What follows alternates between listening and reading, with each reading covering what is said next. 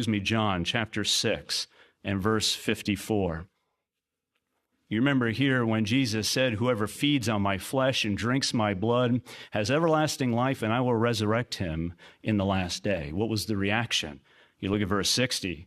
When they heard this, many of the disciples said, "This speech is shocking. Who can listen to it?" Verse 66, they went off to things behind and would no longer follow him. See, rather than giving it time to see if they understood it correctly, waiting to see if maybe Jesus clarified the statement, it knocked them. And you notice in verse 52, the Jews further stirred this up. And because of that, many stopped following him. It was too heavy for them to carry. Now, what if you were there and this time you heard Jesus say that? Whoa, man, that's odd. I don't think I can explain that teaching. He seems to be getting more and more extreme. Well, how did many react to these attacks? Well, the crowds, they loved to follow Jesus. They loved to hear his winsome words. No man's ever spoken like this.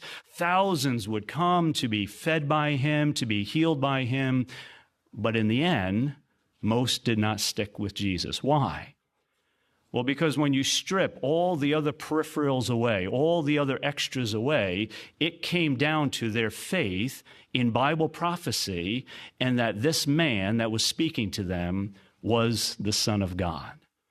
Their spiritual core was not strong enough.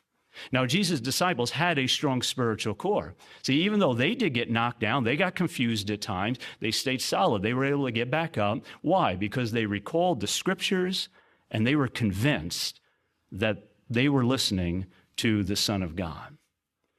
Well, today, wicked men and imposters use exactly the same techniques, and it's only going to get worse. They use lies and misrepresentation. They lie about how we deal with child abusers, how we care for the victims of child abuse. They twist statements that are made regarding our stand on blood, loyalty to families, disfellowshipping. They capitalize on what they perceive as errors, perhaps dogmatic statements we made in the past regarding a Bible prophecy